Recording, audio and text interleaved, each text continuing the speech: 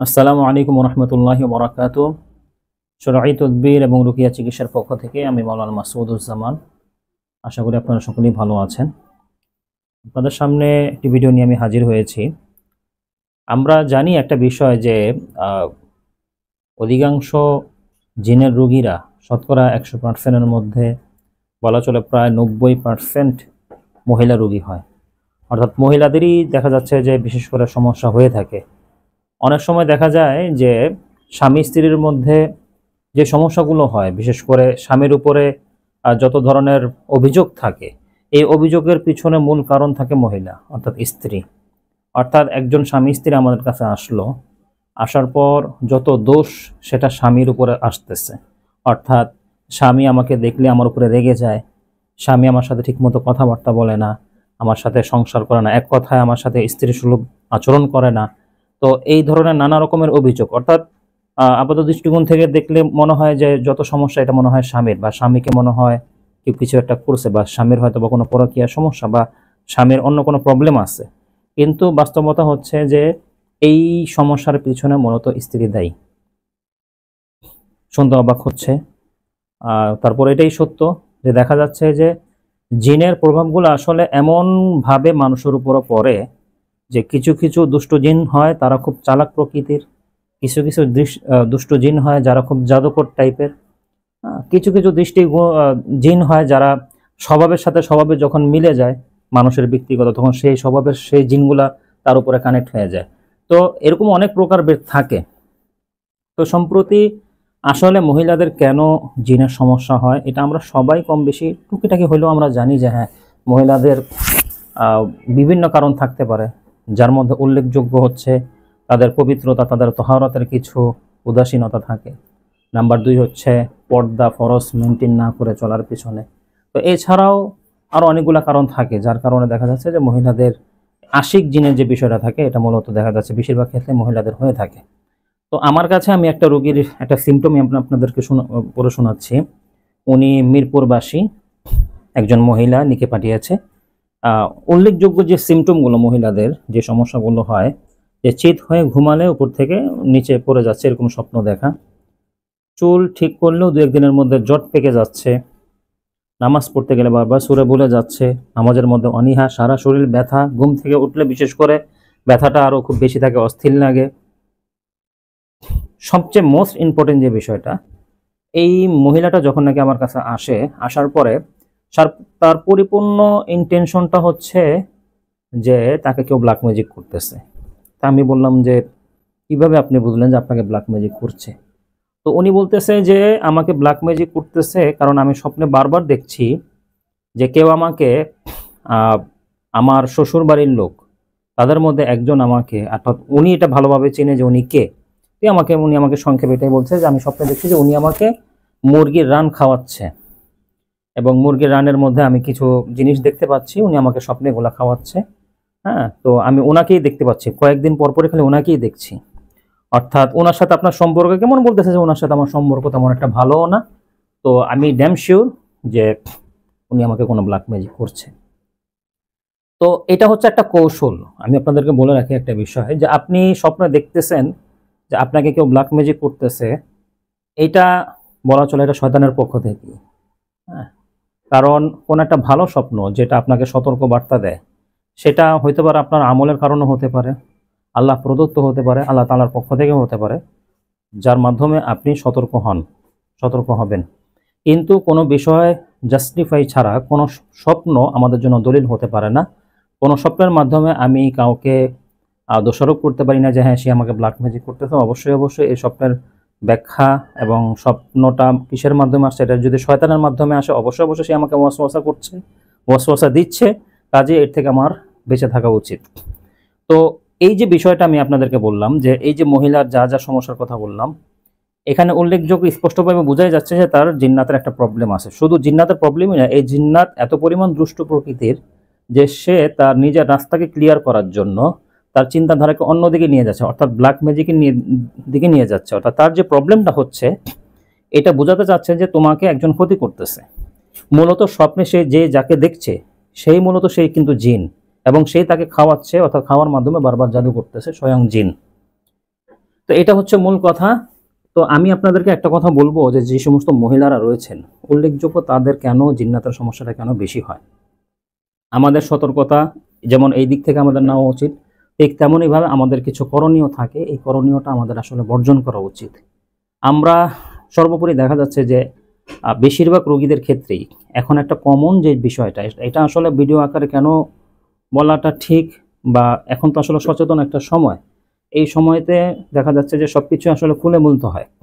এখন আর কোনো জিনিস আসলে লুকানোর বিষয় নয়, সব কিছুই আসলে খুলে বলতে, কারণ আপনারই মা বোন থাকতে পারে, আমারও মা বোন থাকতে পারে, যারা দেখা যাচ্ছে যে আমার পরিবারের মধ্যেও কেউ না কেউ এই সমস্যায় ভুগতেছেন, জিন্নাতের সমস্যায়, জাদুর সমস্যায়।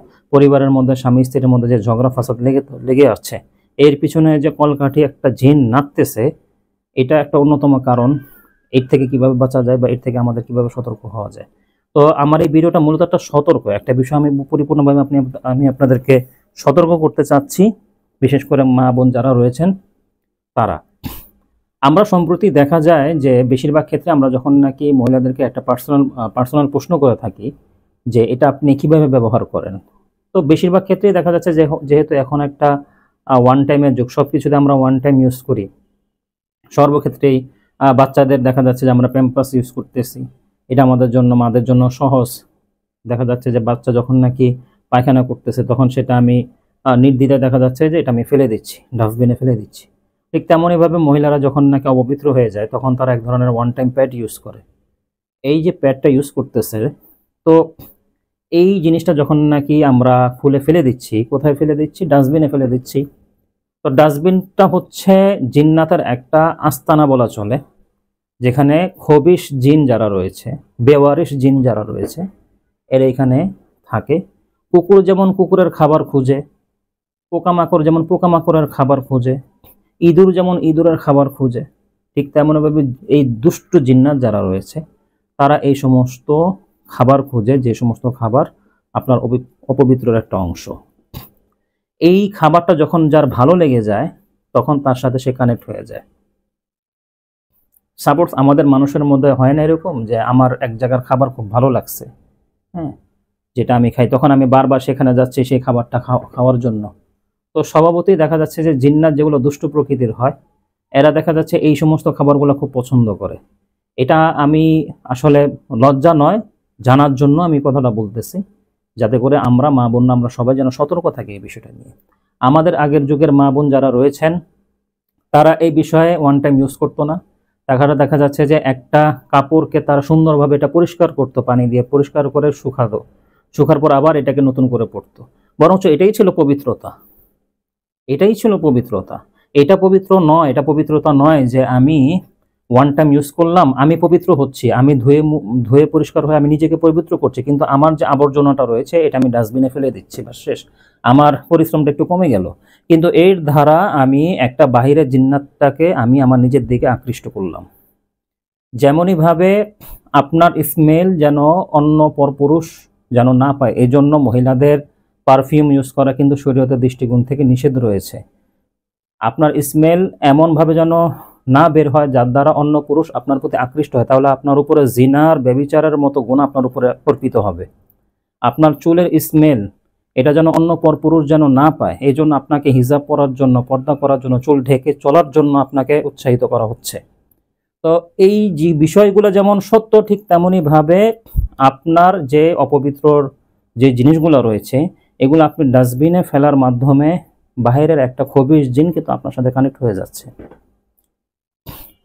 তো কাজেই আমি আপনাদেরকে সতর্কতার ক্ষেত্রে, বেশিরভাগ ক্ষেত্রেই আসলে আমি এই প্রশ্নটা যখন করি তারা একই উত্তর দেয়, এবং আমার পরীক্ষার মাধ্যমে দেখা যাচ্ছে যে এর যে উৎপত্তি স্থল, কানেকশনটা কিভাবে হয়েছে জিন্নাতের, এগুলাই বিশেষ করে পাওয়া যায়। আল্লাহ তাআলা আমাদের মা বোনদেরকে হেফাজত করুক। এমন আরও অনেক কারণ রয়েছে, অন্যতম কারণও থাকতে পারে, যেমন দেখা যাচ্ছে যে আমরা 3 রাস্তার মোড়ে এমন কোনো রাস্তা দিয়ে আমি হেঁটে যাচ্ছি যেখানে আমার চুলগুলো ছাড়া থাকে, আমার পর্দার তো নাই আমার, কিন্তু আমি এমনভাবে হেঁটে যাচ্ছি, এমনভাবে আমি হেঁটে যাচ্ছি যে পরপুরুষ যেমন দেখলে আমার প্রতি আকৃষ্ট হয়, তেমনইভাবে আমি একটা ডাস্টবিনের সামনে দিয়ে হেঁটে যাচ্ছি, এখানে কিছু জিন্নাত রয়েছে তারা কিন্তু আকৃষ্ট হয়ে যাচ্ছে। মা বোনদের সতর্ক থাকা উচিত। আচ্ছা, আমি সতর্ক থাকলাম, আমার সন্তান যারা রয়েছে তারাও সতর্ক থাকলো, আমার কাছে এমনও রোগী আসছে যে বাড়ির মধ্যে সবাই ঠিকঠাক রয়েছে, কিন্তু বাড়ির যে কাজের বুয়া রয়েছে সে তো অন্য জায়গার, তার প্রতি তো আমরা উদাসীন। সে ঠিকমতো চলাফেরা করতেছে নাকি করতেছে না, সেটার পিছনে আমরা তেমন একটা ভ্রুক্ষেপ করি না। হ্যাঁ, দেখা যাচ্ছে তার মাধ্যমেও একটা জিন এই বাড়িতে এসে আস্তানা করে। কাজেই আমরা যেরকম সতর্ক থাকবো, ঠিক তেমনইভাবে আমার বাড়ির অন্যান্য মানুষ যারা রয়েছে, অন্যান্য মহিলা যারা রয়েছে, তারাও যেন সতর্ক থাকে ভালোভাবে। সাধারণত দেখা যাচ্ছে একটা বাসার মধ্যে যে কিচেন রুমগুলো থাকে, কিচেন রুমগুলোতেই কিন্তু মহিলাদের সমস্যাটা বেশি হয়, কারণ ওই রুমটা বিশেষ করে খাসভাবে মহিলারাই যায় বিশেষ করে। তো কাজে আমাদের কিচেন রুমটা ভালোভাবে পরিষ্কার করা, পরিষ্কার রাখা, পবিত্র রাখা, পাশাপাশি আমাদের যে বাথরুমগুলো, ওয়াশরুমগুলো রয়েছে, এমন কোনো ওয়াশরুম না থাকা যেটা পরিত্যক্ত। অর্থাৎ আমরা দেখা যাচ্ছে যে অনেক বড় বড় ফ্ল্যাটে যারা রয়েছেন, হ্যাঁ, দেখা যাচ্ছে 3টা 4টা বাথরুম থাকে। এই বাথরুমগুলোর মধ্যে একটা বাথরুম রয়েছে, এই বাথরুমে কেউ যায় না। এমনও আছে এরকম যে বাথরুমটা অনেক দিন ধরে যেভাবে আছে সেভাবে পড়ে রয়েছে। মনে রাখবেন সেই বাথরুমটা জিন্নাতের আখড়া হয়ে গেছে। আমরা প্রতিদিন একবার হলেও আমরা সেই বাথরুমে যাব, আসা যাওয়া করব। মানুষের ইউজ টু যখন হবে তখন দেখা যাচ্ছে জিনরা সরে যায়। তো আমি যে কথাগুলো বলছি, ভিডিওটা আসলে অনেক বড় হয়ে যাবে আরও বিভিন্ন রকমের কথা বলতে গেলে। তো আপাতত যেই দিক নির্দেশনা আমি আপনাদেরকে দিলাম, আল্লাহ তাআলা আমাদের সবাইকে সেটা ভালোভাবে বুঝবার তৌফিক দান করুক, এবং সকলেই যেন এর থেকে সতর্কভাবে চলতে পারি। প্রত্যেকটা আমল থেকে বিশেষ করে আমাদের সতর্কটাই হচ্ছে মূল উদ্দেশ্য, মূল লক্ষ্য থাকবে। আমরা আমল করব, আমলের মাধ্যমে যেমন এইভাবে আমরা জিন জাদু থেকে বেঁচে থাকবো, ঠিক তেমনইভাবে আমাদের কিছু করণীয় থাকবে, কিছু বর্জনীয় থাকবে, সেগুলো আমরা বর্জন করে চলবে ইনশাআল্লাহ। আল্লাহ তাআলা আমাদের সবাইকে ভালো রাখুক, সুস্থ রাখুক। আসসালামু আলাইকুম ওয়া রাহমাতুল্লাহি ওয়া বারাকাতুহু।